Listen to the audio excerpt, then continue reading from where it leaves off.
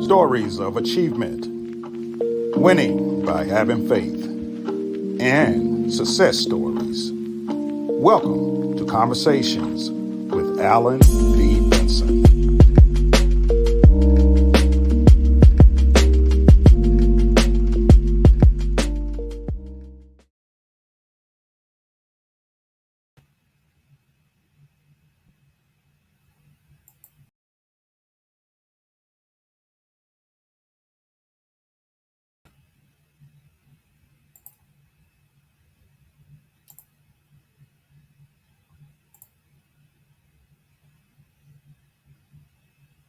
Hello, everybody, and good evening, and welcome to Conversations with Alan D. Benson.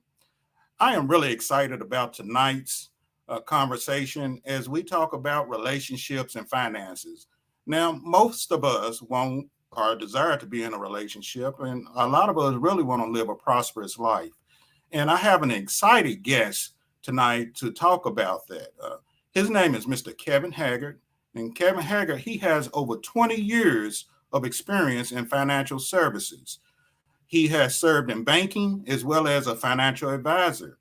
Now, educationally, he has earned a BA degree from the University of Texas, El Paso. He has his MBA from the University of Louisville. He has an executive certificate from Bellarmine University. And he has a number of things. He is also a certified financial analyst. Kevin is a great person. I have been knowing him from years, and let's give him a warm welcome. And Kevin, hello, hi, hello everyone. How you doing, brother? Doing well, brother. I think you muted. Huh? You're doing well. Muted. Okay. Well, welcome, man. How you been doing? How's life treating you? Life is treating me blacktastic, as my elder, Dr. Ray Hagan says. My chief elder, blacktastic. Yes, sir. And I want to wish everyone on the call, Mod Hotep, which is peace and righteousness, peace and power in the ancient Kemetic language, in the ancient Kemetic, ancient Egyptian language. Awesome. Well, brother, I tell you what, we go a long ways back, and we're going to be talking about something. We're going to be talking about relationships. And you know me, when we talk about relationships, I might get to talk about black love. And so, amen. I know it. Black love. We got to keep it PG today, though. Oh, yeah. Well, I'm always above board, brother. But we got to talk about relationships and finances, as well as how both are really important in terms of how we communicate, in terms of, as well as that is how we're going to really create wealth as a couple for our children and for generations to come. So, Kevin, I know we can talk all night long, so we're going to go ahead and get into this, and tell us a little bit of your role and why you chose to go into this field of financial services. That's a good question, Brother Benson. I had started out right out of college working in retail, and then I was selling cigarettes, cancer sticks, and I enjoyed the work, didn't like what I was selling. And then I started exploring different career options, started out life insurance, and I sort of saw the value in that, and I liked it. And that started me on the path. So then I ended up next at PNC Bank. And from there, I worked at several other banks and insurance companies. And I enjoyed, and I found out I had an aptitude for that subject matter, that I was able to understand, grasp, learn that material and that information and convey it to folks in a simple fashion. And to make what is presented complex very simple and rudimentary. So and I saw value in it. Something else happened. I read a book by Marcus Garvey called The School of African Philosophy, and in that book he gave a lot of life advice. And what he said, one of the things he said, and I took this to heart, was find something and become an expert in it, and stay in that. Become good at it and continue to do it until you become an expert in it. And I like that, and so I saw that many people needed help with that. So I set out to become an expert in it. Not that I know Okay. everything, it just means that I have Hmm. a good grasp, good foundational grasp of the subject matter. Oh yes, you definitely are. I would say credentialed and skilled at it. You're an enrolled agent, and what is that exactly? As well as a certified financial planner. Could you explain both, please? An enrolled agent is a designation is issued that's granted by the U.S. Treasury Department, and you have to pass 3 exams, and you have to maintain your continuing education courses, keep up with the with the tax laws, especially the updates on the tax laws on a regular basis. And it just allows you it gives me the opportunity to help people and making sure that when I'm doing their taxes, I'm not a shade tree tax preparer, that I have some Mm-hmm. fundamental basic knowledge on making sure that I do the right thing for people so they can get the maximum um, refunds that they're going to get, or make sure that they're going to dot their I's and cross their T's and stay above board with the IRS. Yeah. And with that, I'm allowed to represent folks before the IRS. So there are only 3 entities that can represent folks or clients before the IRS: attorneys, CPAs, and enrolled agents. Okay. Great. Yeah, and you also you're a certified financial planner as well. Yes, So a certified financial planner is a designation that you get awarded if you meet certain requirements, ethics requirement, education requirement, and mm-hmm.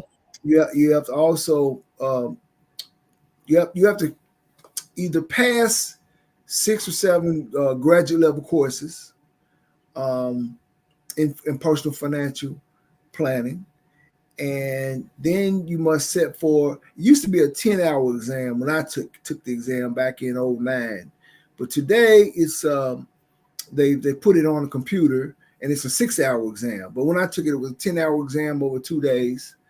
It was a beast, brother. It's proving that you Mm. understand personal finances, um, Okay. and then you also have to have had a bachelor's degree, and then you have to have the experience component. I mean, you have to have worked in finance and financial services, personal financial services for at least 3 years.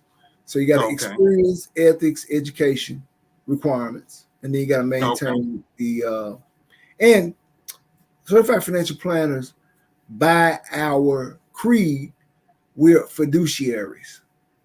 Mm-hmm. So that means that we uh, give our word that we're going to always put the client's interests above our own.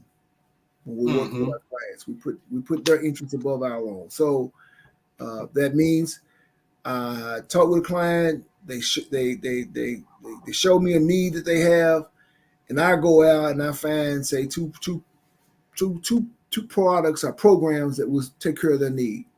One of them pays Mm-hmm. me uh, 5% commission, the other pays 3% commission. Each one of them is suitable, but the one that pays the 3% commission is actually going to cost the client less money. So would I Mm-hmm. choose the one that's going to pay me more money, or the one that's going to save the client money? So as a fiduciary, I'm going to always choose what's best for the client. Mm-hmm. Okay. Well, we've talked plenty of times, and I know really what really drives you. You really want to try to help people become and gain a better understanding of finances, because the reality is finance can keep a lot of us happy, and it can build security for just immediately as well as for the future as well, Kevin. So one thing that's so powerful, I think, when we're talking about finances, we talk about relationships and marriages and so forth. And we all both, you and I both know that the divorce rate within the African American community might be higher than other groups. Why do you think that's so, and what do you think is needed to correct that and so forth? Is it money, or what is it? What do you think it is? My humble opinion is I believe that we have a lot of systemic impediments to our success as families and as individuals. But I believe the reason that we have so many issues primarily with finding good mates and remaining committed in those in committed relationships is because we need to educate our young people about selecting a mate and about building relationships with our partner and even just with our everyday friends and family. We need to work No, on the skills that it requires to build relationships, and those skills should be taught and demonstrated to young people. So I think there's a rites of passage program that some churches have and other community groups have. I think we need to make that um, institutional in our community. It needs to be something that every young person is um, is required to go through a rites of passage training program, and one of the key components in that is to train young men how to deal with young women, and vice versa for young women to learn how to relate to young men as well. okay. Okay. Well, Pamela, thanks for joining us. Kevin, we just have a question, and Pamela would like to know, do you assist in investing? Absolutely, I do. Um, Okay. yes, so personal financial planning, investing is most people get the impression that financial planning is only investing. But investing is just a piece of financial planning. Okay. And yeah, it's just a piece of it. Okay. So, what do you think are some of the solutions you think when you talk about investing and for people to really stay within relationships to really make relationships work? Is it about the money, or I know you mentioned you gave I, some of your views on it. I think money, a marital relationship, or committed relationship, is also a business relationship. So we can't get Mm, that twisted. Okay, okay. mm. It's nice to have the romantic side of it, the black love, as you always talk about, in the Billy D, in the Barry White voice. Okay. It's nice to have all that. Okay, and of course that's the first thing that's going to attract you to us guys. We're very visual. The first thing that attracts us to them is their physical charms, their womanly charms. But that's not what's going to hold a relationship together.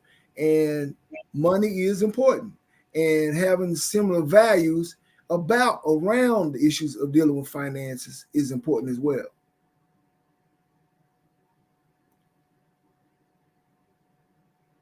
So I would say that yeah, money is could be a sticking point, or financial disagreements, financial secrets. Hmm. Financial secrets can cause problems in relationships, and conflicting values around money issues can be problems in relationships. So it all comes back to, again, communication. So Oh yeah, most definitely. And Champ, thanks for joining us in this conversation. He said, "Let the leader of the household manage all the money and do the right thing with the finances for the relationship." Uh, is that just strictly the leader of the household? Is that just strictly the man or the woman or the person that's more skilled and disciplined in handling the finances, man? you asking me that? Yeah.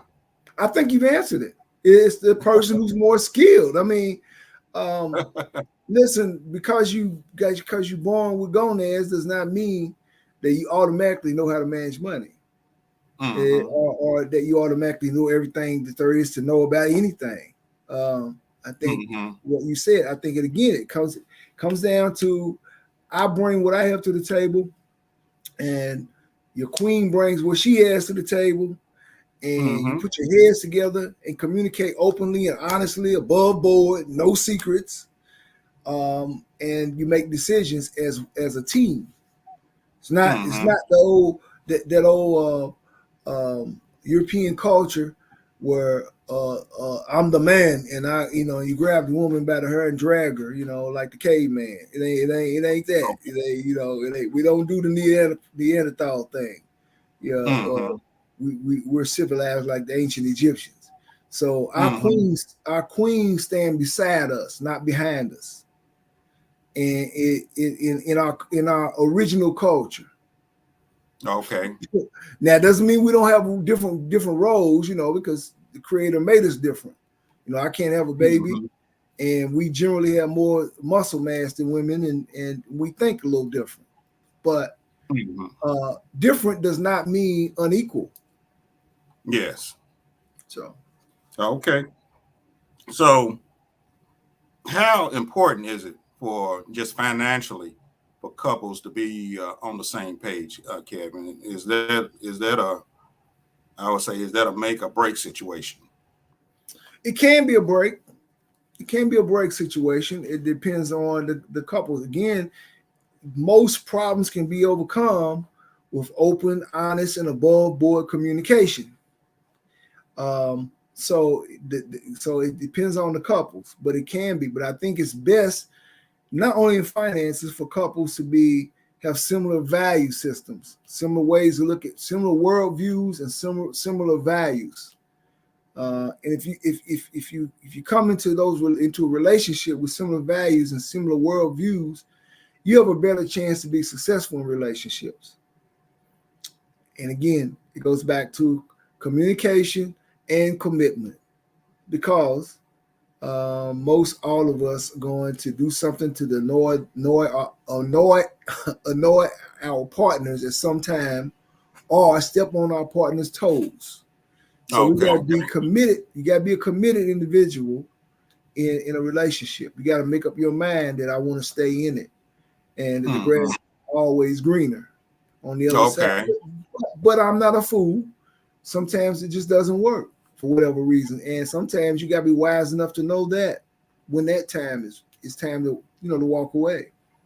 Mm-hmm. Okay. I understand that. So, uh, with that, brother, what are some of the myths? I know historically, like the household I grew up in, and it might be generational. A lot of, in particular, African Americans, they just invested like maybe in savings accounts as well as CDs and so forth. What are some of the investments that really could help you just as a couple, as a household, and investments that could help your children and generations to come? Well, I, um, the investments the things that we could spend our money on, there's Robert Kiyosaki. You heard the guy that wrote the book Rich Dad Poor Dad. Mm-hmm. He wrote the book Cash Flow Quadrant. I've read couple of his books. He has an interesting way of explaining that. But to make it simple, um, you want to invest in assets or vehicles that are going to generate wealth and income versus you having to pay out. Uh, you want to bring inflow of income and cash flow versus cash going out. So he has an interesting way of looking at the home that you live in. He asked the question: is the home you live in an investment? And most people will say yes, it is, and they say yes, it is. Robert Kiyosaki makes a good argument that it's not an investment. You got to have a home to live in, that's for sure. But an investment is something that when you put money in it, it's going to return back to you, and it's going to Mm-hmm. appreciate in value. Now, homes generally appreciate in value, but do they actually return cash back to you? Because you always got to, even if you own it free and clear, you can always have to pay taxes. You always going to have maintenance. See what I mean? You got to maintain that home. Every so often, you got to update it. You're going to have to pay the taxes on it. You have to pay the insurance on it, et cetera, et cetera. Whereas if you own 10 homes as an investor, those homes are going to generate income. So whether Mm-hmm. you go to work or not, those homes are going to generate income, and they're going to also be appreciating and the folks who are renting those homes from you are going to be making your mortgage payments. You Mm-hmm. understand? So you got these 10 homes, and on them you owe $800,000, but those 10 homes are worth uh, uh, 2 million. So you got equity or ownership stake in those 10 homes of Okay. 1.2 million because you owe 800,000, but you got equity stake in them of 1.2 million. And you could, and they also say this, for example, those 10 homes are generating income to you each month, whether you go work or not. Of I'm just making up numbers. I'm pulling them out of thin air and say those things are generating for you $10,000 a month. Well, from that you make your mortgage payment and you get to pocket the rest, or you pay your expenses on maintaining the property and all that. And you keep the rest. It's income that's generated Mm-hmm. from those properties. Not only that, the equity that you have in that property, that 1.2 million that you have in ownership stake, you need cash. You can go and do a loan and take the cash. This is what a lot of wealthy people do. They won't. We wonder a lot of times how wealthy people sometimes don't pay taxes. Well, one of the things they do is they borrow against their investments. Mm-hmm. So you have a stock portfolio of $1 million, stock, bonds, security portfolio.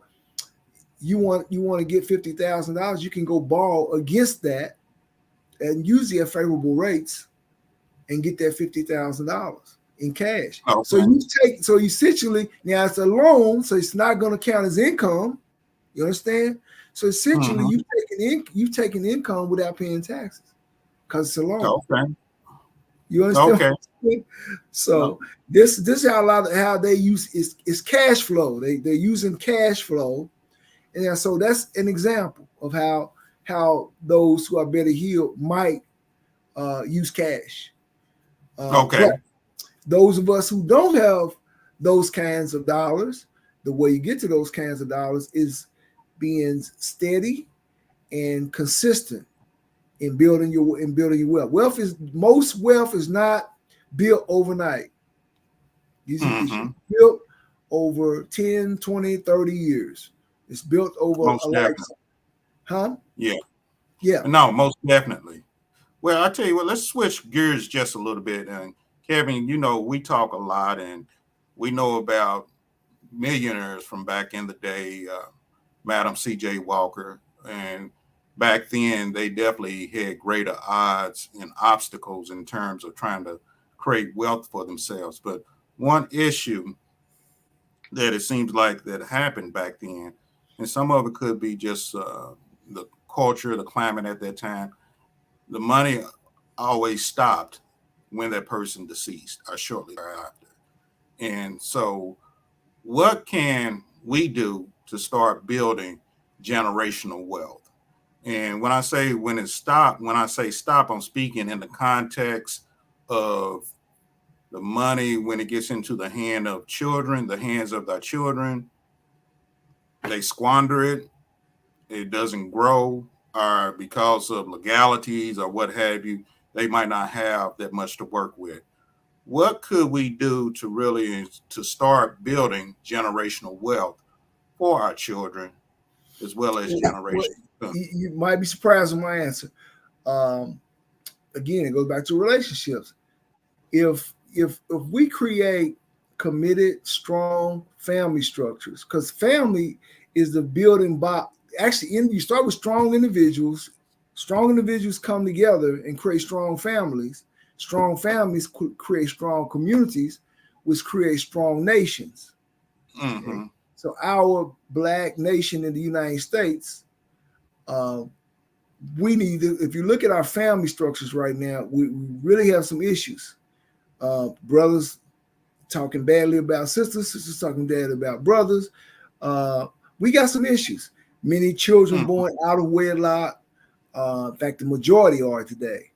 Um, if you look back in the day, our community was stronger on an economic basis in a lot of ways because our families were more committed and more intact, in my opinion. And also, we as a community were more together and more intact. Integration also helped to weaken our unity, because we many of us got to thinking the white man's ice was colder. Everybody's heard that saying, but there's some truth to that. So I think that the foundation of building wealth is the family strength and structure. So you got these families that create this wealth, these strong, great companies, and then when the founder and the main brains behind the operation passes away, it goes out of business, or it gets squandered, or the wealth gets squandered. I think a lot of times because the kids were not educated properly. See, from the time they were little kids, you notice that you go into some of these businesses that are located in our community by other ethnic groups that own, say, mom and pop stores in our community. And a lot of times you go in, little kids are working in there. They're training them and teaching them at a young age about business. And so if you start them at a young age, you have a better chance to teach them how to maintain what you've built. So I think we need to start teaching them. We need to be more open with what's going on with finances in our homes, and we need to be sharing what we learned with them at a very young age. As soon as they're able to grasp the concept, we should share that with them. So like little kids, say 5 and 6 years olds, you can talk to them about needs versus wants. You know what I mean? And that could be something you can be talking about throughout their lives, needs versus wants. There's nothing wrong with having wants, okay? But you got to keep wants in perspective. Okay, what is more important, the needs or the wants? And and the other thing is appreciate the hard work that the founder of that company put in to build it. And one way to teach that is to have the young people involved in that, but teaching them the concepts of finance, money, business, from a very young age. Oh yeah. But Kevin, the reality is, like you even mentioned it early, not everybody's married, and we have a lot of people that might be single. People might be living with partners, or what have you, and so forth. But so even if you're single or you have a partner, can you create wealth that way for I know you can do it for yourself, but can you do it for your family? Absolutely, you can do it for your family. That's a great question, by the way, because that is the reality. Many folks are single or they're unmarried. I would say the one way you can do that is to make sure you protect your partner. For example, just say in an unmarried committed relationship, you can title assets appropriately so that if something happens to you, that partner will inherit those assets. So, for example, you got this couple, they've been living together 20 years. Say the husband passes away, but they're not legally married. But they bought the home and they titled the home joint tenants with rights of survivorship. So that means both of those people joint own that home. So when that man passes away, his wife is going to inherit that house automatically. Well, his partner is going to inherit that house automatically, even though she wasn't his wife. You understand what I'm saying? Another way is a trust.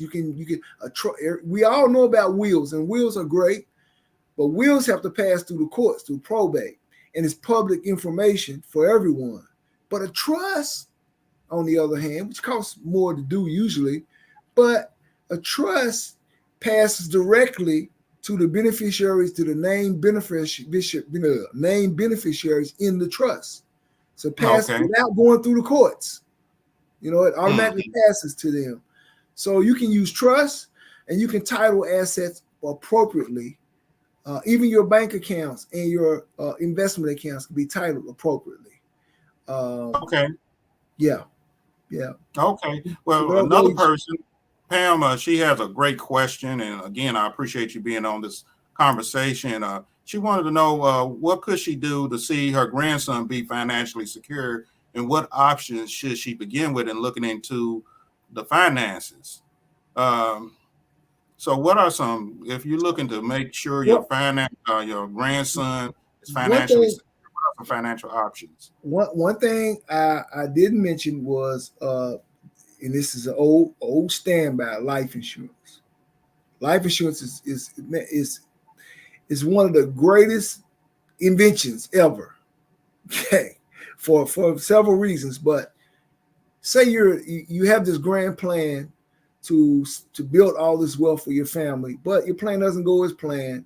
It doesn't go as you want, and you get up to a ripe old age, pass away, and you did not build this uh, great pot of wealth that you thought that you're going to build.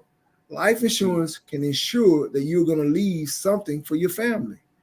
So you can take up a smaller percentage of your income and you buy this policy, and then you can use the greater part of your money to live on, and you take the smaller part of the income, of your income for the insurance to make sure, one, you're not doing a GoFundMe when you pass away. Your family's not passing the hat, struggling, trying to bury you and pay your final medical expenses. But also, you can leave a little something behind for them to make their going a little easier in your absence. Make their grief a little easier. For example, they might want to go and take a vacation to grieve. You know, Mm-hmm. your loss. Well, it takes money Mm-hmm. to do that. Um, if you have a decent life insurance program and leave for your family, then perhaps that grandchild could have their education paid for from that policy. Okay. Okay. Um, And uh, uh, the other thing is you can, and there's ways you can invest. Like for example, in a 529 plan, which is an educational savings vehicle with some tax benefits. So you can invest in a 529 plan. You can invest in life insurance. Um, but I say the greatest thing you can do for your to me now this is another thing. It's a little different than most financial advisors would say, is encourage them to make great grades in school and get scholarships. so, so they can get a good start. And also pick careers that they're interested in that are going to pay off. yeah, They're going to pay off. you're saying that because if you don't have the great grades, a lot of times you might, because college is very expensive now. Absolutely. You might have to get student loans, and a lot of students we see on the news now, they're struggling because they got to pay these student loans back. So if you can come out of college debt free and so forth, if you can come out of college debt free, that would be something that would be highly beneficial. Now, Kevin, are you able to do trust, or is that something that only an No, attorney can an attorney would have to do a trust for you. do? Okay, I can't do okay, that. Mm-hmm. okay, but That's you do life insurance, oh yeah, yeah. mutual funds, and I investment. learned enough about trust to be dangerous, just to recognize when it's something that might work for a client. But Yeah, I can't set a trust up for anyone. and there's revocable and irrevocable trust. What's the Absolutely. difference between the two? Well, it's funny. Uh, uh, uh, a revocable trust is also called a living trust. So at any time you can cancel that trust or you can change that trust. With an irrevocable trust, as it's written, it can't be changed. Once it's put in place, it's permanent. So that's pretty much the primary difference in the two. When it's irrevocable, means it's can't change it. The reason why irrevocable trusts are really valuable to many people is for tax benefits, because it passes out of your estate without state gift taxes. So for Mm-hmm. most people, that's not a concern, because right now you got to have over $11 million in assets before you're actually subject to estate taxes at the federal level. Now you might be subject to some inheritance taxes at the state level, but they're nothing Mhm. like it's as expensive as the ones at the federal level. Okay. Okay. Well, Kevin, speaking of like trust and so forth and different investments, uh, we have talked about, and I've shared with you, I know of family members that have been pretty well off. And unfortunately, because of some level of sickness, they had to go into nursing homes. And nursing homes, based on your assets and so forth, they tend to charge according to the amount of money you have and so forth. So, with that said, how can you protect your money from really being absorbed through nursing homes and so when The you get the sick and the if you get sick? there again, good planning is important. For example, you can actually title your home in the name of a trusted family member. If Mm-hmm. as years go on, you could do that.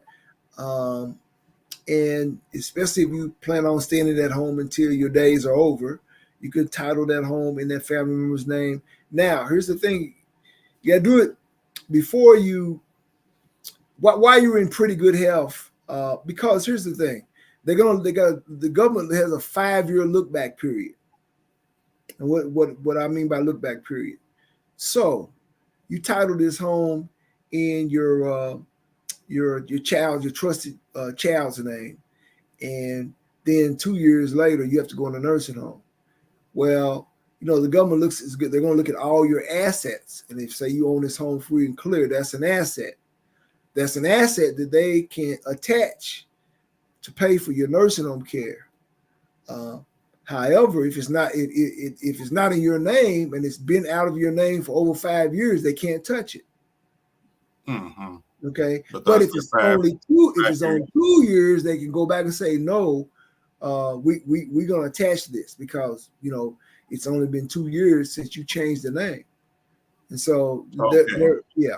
And the other thing is there's something called a long-term care or nursing home trust. So you can get a trust to actually put your assets in that can protect you. Again, you have to talk to an attorney about that, but can protect assets as well. You need to talk to an elder care attorney, and they can give you advice on ways to structure your assets to protect them in the case you needed to go to Mm. nursing home and take better care. The other thing you can do is you can get long-term care insurance. And that way you won't have to use Medicaid. Okay. Because if you have enough assets or you got insurance, then the government's not going to come after your assets because you can pay for the care. If you have insurance, it helps you pay for long-term care. Now, states now have a partnership program. Have you ever heard of a partnership program? No.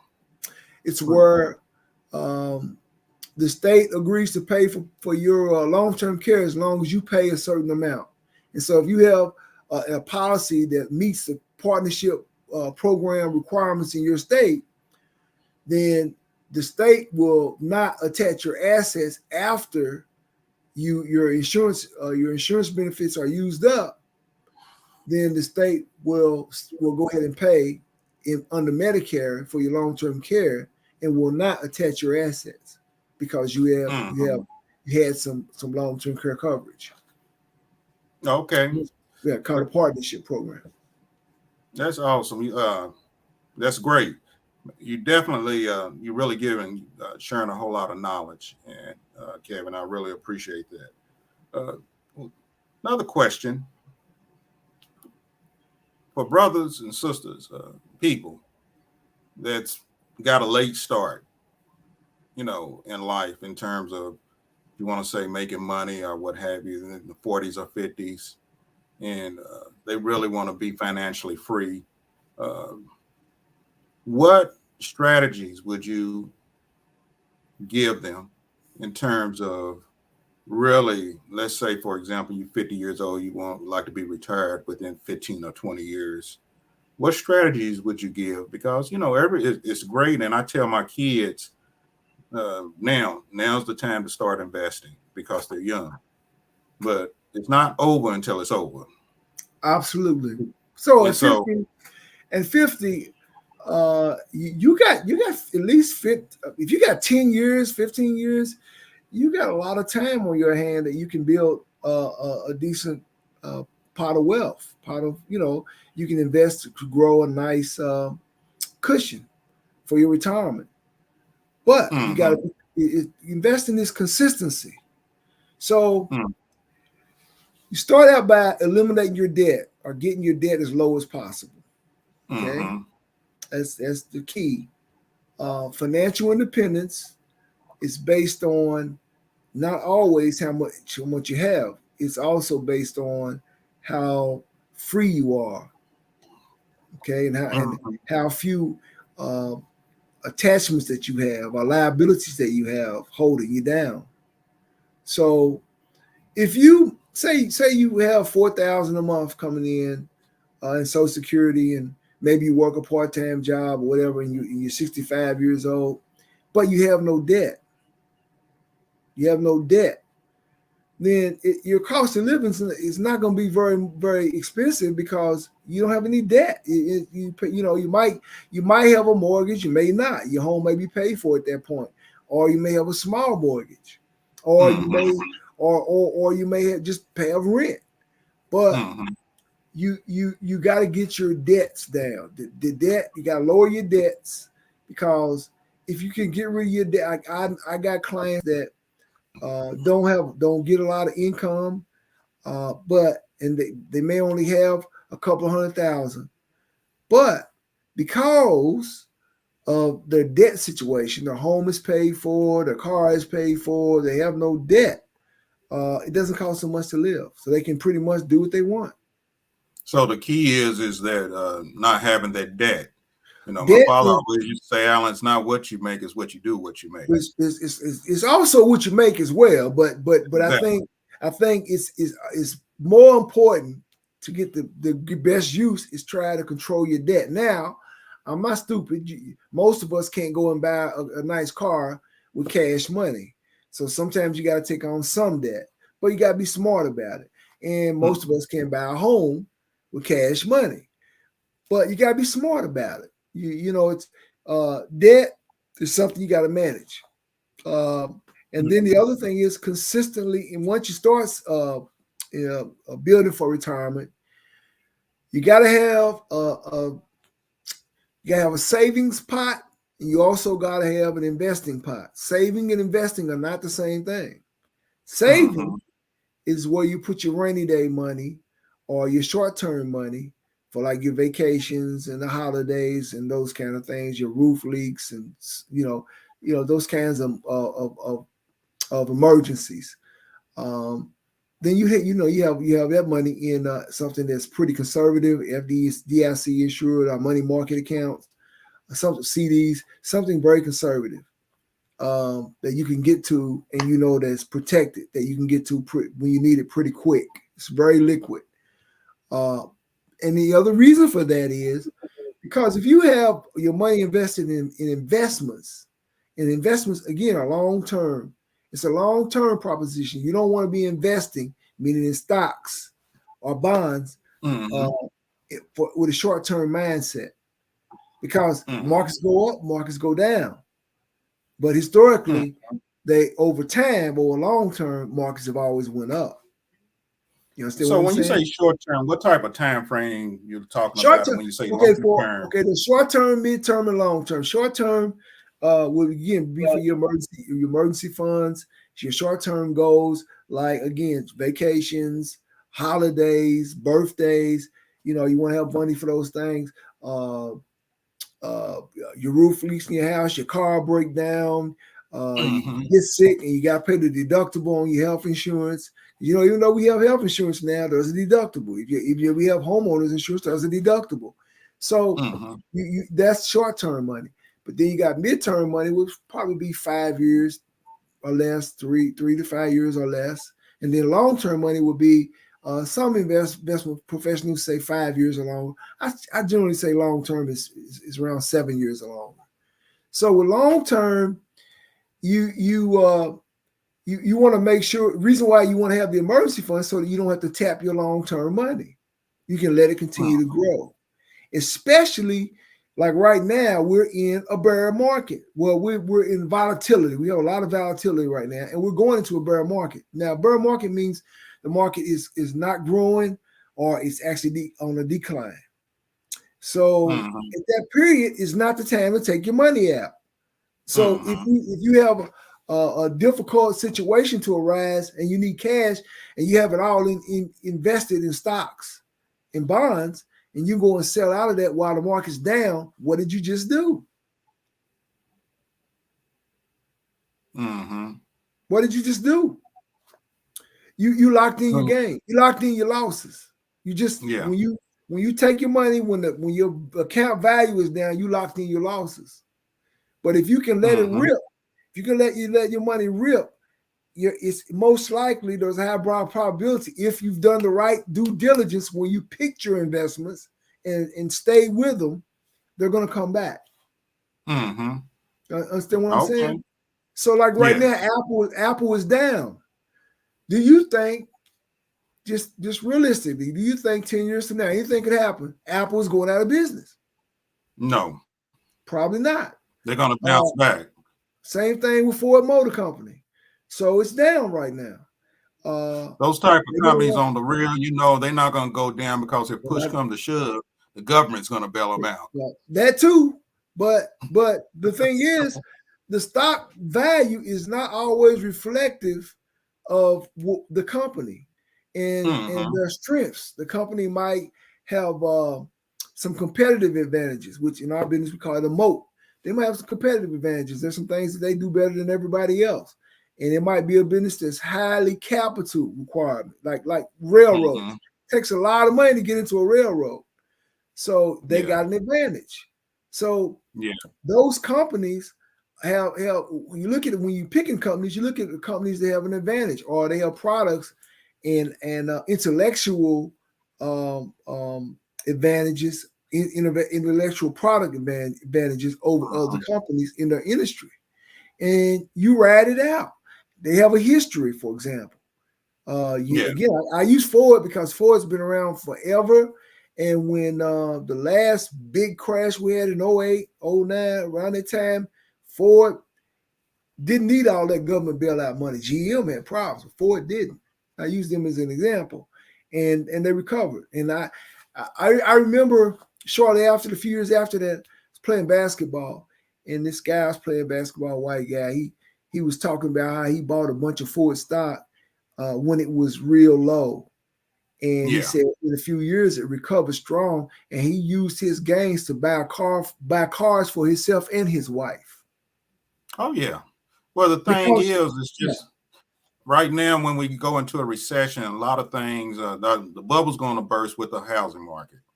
I mean, right, we have a lot of high appreciated homes right now. right. Uh, their appreciation is going to decline. I don't know how much, but it's going to go down. I mean, and it's just the economy. The economy is cyclical. Same thing with stocks. So if those who have the cash and so forth, you can take advantage of buying a lot of stock as well as take advantage of buying homes and so forth if you're in the rental property uh, business or industry. So when the economy's bad, those with the money, the cash, they can really come out winners and so Yes, forth, man. yes. So, There's people that oh, make money regardless of any state of the economy. There are always somebody making money. And you said made a key point a minute ago. When we go to Walmart and we know we need toilet paper and it's on sale, say it's 30% off, 40% off, we might buy extra toilet paper because we know we're going to need that. You're going to go and sit on the golden throne at some point. And so you're going to buy that paper. But when the stock market goes down, folks get afraid and they want to take money out instead of looking around for good deals. You know what I mean? mm. And so we do the opposite of what we probably should do. We either ride it out or buy more of Well, quality companies. some of it, Kevin, as you know, when the economy goes down, people lose jobs. You Yes, know, people lose jobs, so people they call it consumer confidence. They don't know if they're going to get laid off or not because, like, if you're working for a corporation or wherever now, I mean, you still can get laid off in government you jobs. can. And You can. so But a lot of times when corporations, they want to maximize shareholder value, if that's not happening, they look for ways to trim the fat, if you want to call it that. And that's one of the reasons why you want to have yourself a good emergency fund. Yes. Uh, uh, Preferably 3 to 6 months at least, if you can build it that. Depending on the kind of employment that you have. If you self-employed, you might want to have a year, because your Mm-hmm. income is, when you're self-employed, your income is usually very cyclical. Mm-hmm. And if you're on a kind of job that's a little sketchy, or you're on a commission job, you might want to try to, while you got the good money coming in, you might want to try to build yourself a nice cushion, because those kind of things can happen. Uh, Mm-hmm. but the people that build well are people that invest long term and consistently and leave it alone. Mm-hmm. And long term again is 7 years or longer, and you don't go and take it out every time something happens. You hang in there. That's what I've seen. The folks that are most successful, they're long term investors, and you might be Yeah. surprised at who they are. They're not always who you think they are. Yes. Most There's actually a book I read called The Millionaire Next Door. And definitely. many of the folks that are millionaires are actually small business owners. Yes. Yeah, and I Most mean, some definitely. of them have dirty fingernails, by the way. They're blue collar small business owners, Oh yeah. and you Well, be it's not surprised. all about if you wearing that shirt and tie. There's so Exactly. many different ways to make money. Yes. So for Yeah. a lot of different ways. So Kevin, we just finishing up, and we're in the midst of a lot of young Americans graduating from college and so forth, and a lot of them have a lot of aspirations. What advice would you give them financially? Invest in yourself. That's Mm-hmm. that's that's the greatest advice, is invest in yourself. I think, um, educationally, and education doesn't always mean traditional college. Nowadays, you can get IT certification. Say you have an aptitude for a computer, for technological areas. You might get IT certifications and make a great living. Mm-hmm. You might. Here's the thing in our community that I think is we're missing the ball at, is we are steering all our kids to go to traditional college when automobile mechanics are needed, plumbers are needed, electricians are needed, welders are needed, skilled sheet metal workers, machinists, Mm-hmm. many jobs along those lines. Mason folks are needed, and carpenters are needed, home builders are needed, and we're telling them all to go to traditional college. And by the way, you can actually study some of those fields in traditional college. You can get a degree in construction management. Uh, Yeah. so I'm saying we need to be thinking about that and not be. And also, here's another big one. I remember you told me when you worked at K State. K State had an agriculture department, and not many of us were in it. Well, you got to eat. Mm-hmm. You gotta eat. So we need to be thinking about that. Yeah, our ancestors worked for free in those fields, but today it's mechanized, and some of those farmers are making some big money. And the government actually pays some of them not to grow food, believe it or not, or Yeah. grow crops.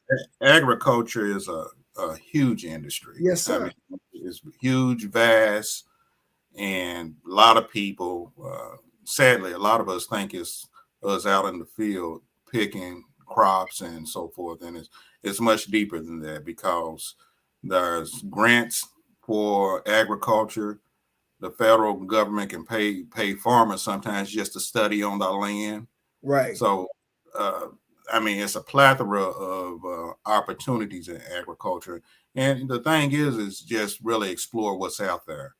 I mean, we have to really explore what's going on, and what I would say, what will be a good fit for the purpose that we're living. And so that is so important for us, because a lot of times, even like what I mentioned in my book, Stand Up, a lot of times where we think life is about mimicking somebody else. We want to be like Mike. We want to be like this person. You got to be yourself and really discover your own special Yes, purpose. sir. All Absolutely. have a special purpose. Yes.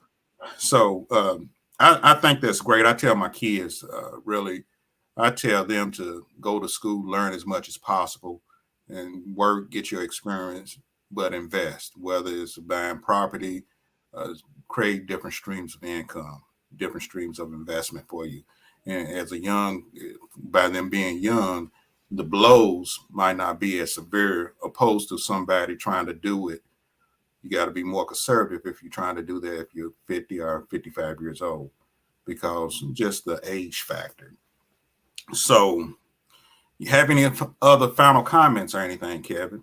No, I think again, if we want to, in our community, we always speak about not we need to we talk about this, and some of us talk about not balancing that dollar in our community enough, or we don't spend money with each other enough.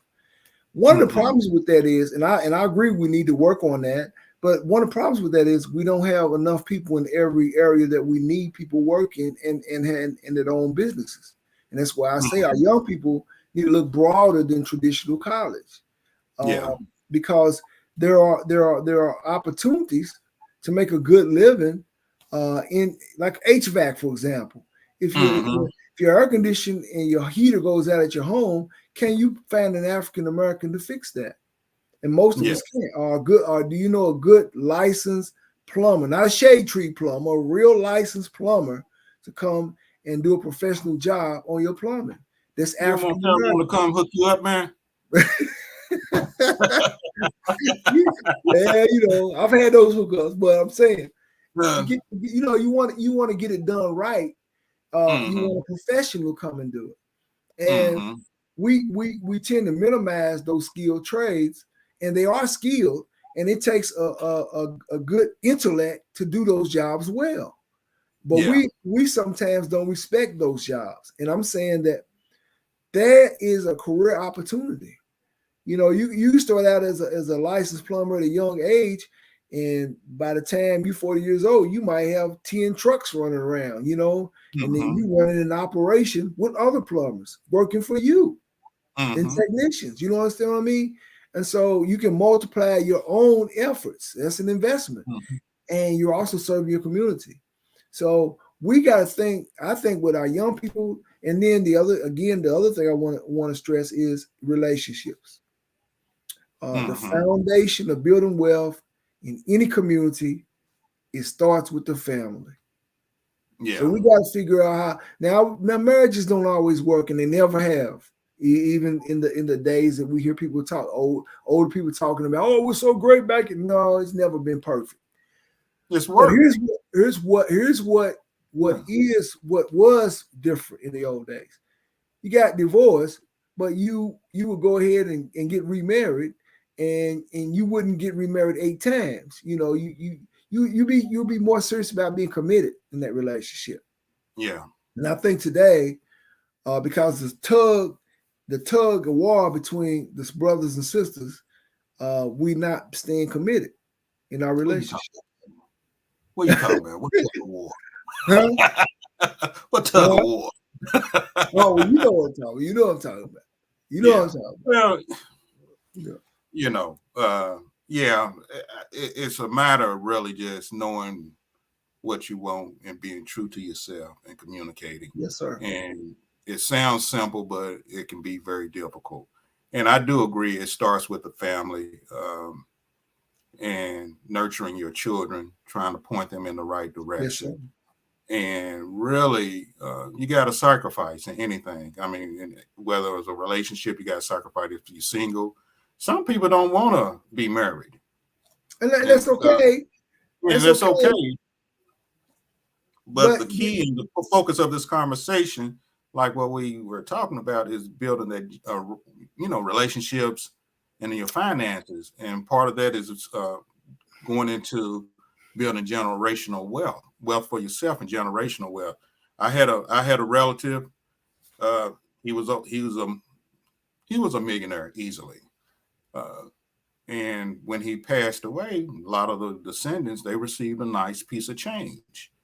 And but the like what we talked about earlier, the nursing homes got a lot of that money because of the assets that he had. Right. Because the law is made for those who have the money, where you can position and maneuver your money into different different places, so Mhm. that pinch or that punch from that tax won't be as great. Right. Well, So when you said relationships, Brother Benson, we also got to think about just relationships between, like relationship that you and I have. yeah. We as men and women got to have relationships outside of romantic relationships. We got to work on those relationships as well, because Mm-hmm. one way you build wealth is you pool your resources. You understand what I mean? Oh yeah. You pool your resources. So maybe I don't have the money, but if 10 of us come together, 10 brothers come together and sisters maybe, and each one puts up $10,000, you got $100,000. What can you do with $100,000? You know Most what I mean? definitely. One of But my frat brothers. it takes trust. It takes trust, but to solidify that trust, I believe you should have something on paper Oh no, no, outline. no. I'm not. I agree wholly. I agree Yeah. wholly. So But even before you get to that point with a paper, there has to be some trust, and exactly. we seem to be struggling with that right now in our That's community. true. That's true. That's Mhm. true. But collectively, we can do some great things. I Yes, sir. remember one of my frat brothers. He's an executive, and we were talking, and he was saying he knew 12 guys.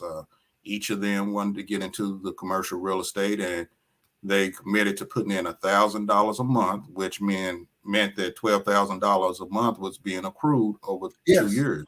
yes. They bought some commercial property. They formed an LLC, put all Hmm. the paperwork together, and they bought some commercial property. Now they're doing quite well There you go. because these were buddies that develop relationships. So it's not, we're talking about the family as a unit. That's great. But even if you're single and you got your girlfriends that's doing some things that you trust, hey, you can form that. If you got the Yes, fellas, yes, you want to do some things, you can do that as well in terms of creating wealth for yourself. But you have yes. to have that trust. And when I would say this, I will emphasize you have to have that down in on some paper. And Yeah. so you Well, talk about money. People get funny when we talk about that money, it, Kevin. it keeps the friendship strong by keeping it on paper. Yes, sir. But Yeah. the other thing though, about that, Brother Benson, is we in our community, um, there is an organization that I want to mention before we get off of here. It's called the Black Achievement Fund. Please, Mm-hmm. everybody on this on here, I don't know how many are on here. Please look it up. It's called BAF Solutions. And it's the Black Achievement Fund. You do a Google search, Black Achievement Fund. They have a great program, and that's going to help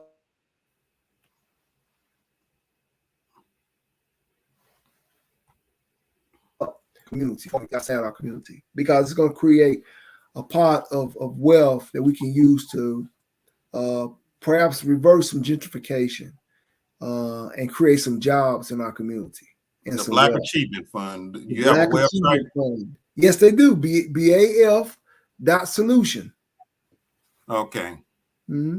Or you can just do a BAF search. solution. Or you can do a search, Black Achievement Fund, but it's Okay. BAF solution. It might be solutions with an S. I don't. Yeah, I think it is solutions with an S, but it's not .org or .com. It's .solutions. BAF Okay. solutions, and it's a great Okay. idea. It only costs $9 a month to join, $109 a year, and there are other different memberships, but you can start at that. And if you just see their program, it's so simple, the program that they put together, that it's almost a laugh that nobody's come up with it to this point, and the good that they can do. And they're already existing. They're based in Atlanta. They I think I was on a call the other day and said that they actually have a building already in Atlanta, and they're doing some things already there. But Mm-hmm. yeah, Black Achievement Fund. Okay. Great, Well, great.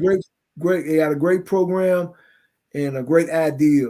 And what we just need, a good, I think it's 10 or 20% of our community to get on board and Yes. join and make it happen. And that's part of the trust component. You give them the $109, and you can't be like, oh, they're going to steal the money. Oh, no. You give it to them, trusting that they're going to do the right thing with it. The people who found Kevin, it. what really baffles me is that all of us probably would drop 20, $50 in a moment's notice. Seriously. No, you're right. Before I came, we did this show. My wife and I, we were out taking care of some business. She said, "Hey, let's go and get this. Stop by at this restaurant." I said, "Sure, okay, no problem." Over $60. Yeah. You know, that's what happens sometimes. If you have kids, I'm sure they're gonna be asking you for money sometimes. Yeah. You Oh know, yeah, but, yeah. but when it comes to something meaningful, we got to get away from that saying, "Well, I don't know," and that trust. Right. But you're on point with that. But brother, you know what? It's been over an hour and 5 minutes. Kevin, I said earlier, I said, I know we can get to talking and Yeah, just that's true. philosophizing and everything, Oh, but well, that's true. I really want to thank you for being on this video podcast, and your words are a power. You're a person that I trust, and you're a man of the community. And Kevin, if there's any, give people your information if Yeah, they you can want for call. them to contact you. They can call me at 502-472-5969. That's 502-472-5969.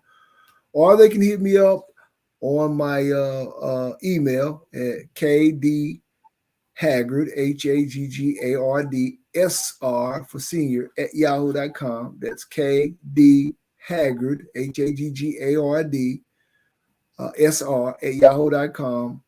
Or they can go to my website. That's Marcus Tubman Tax Services .com. Can you spell that for the people if you don't mind? Marcus Tubman Tax Services, MARCUS Tubman, like Marcus Garvey and Harriet Tubman, two of my heroes. MARCUS TUBMAN Tax Services.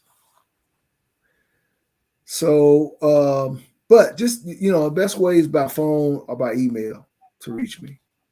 Okay. Well, my brother, like I always end when we talk, man, you keep hope alive. So yes, sir. And you do always end. Keep hope alive. keep hope alive, and we will be talking. And I'm gonna have you on in the future. We can talk about some other subject matters. And man, continue blessings to you. And may God continue to be with you and bless you, man. Same Take to care. you, my brother, and everybody else on the call. Okay. I'd like to thank everyone for participating in this video podcast. I hope that you learned something. And if you have any questions, please just email me at Alan, ALAN, at AlanDBenson.com. That again is Alan, ALAN, at AlanDBenson.com. Check out my website, AlanDBenson.com, as well as my books, as well as paraphernalia that I have for you. Take care, and I hope that you have a blessed evening and that you have a prosperous week, and not only this week, but in life. Thank you. Amen.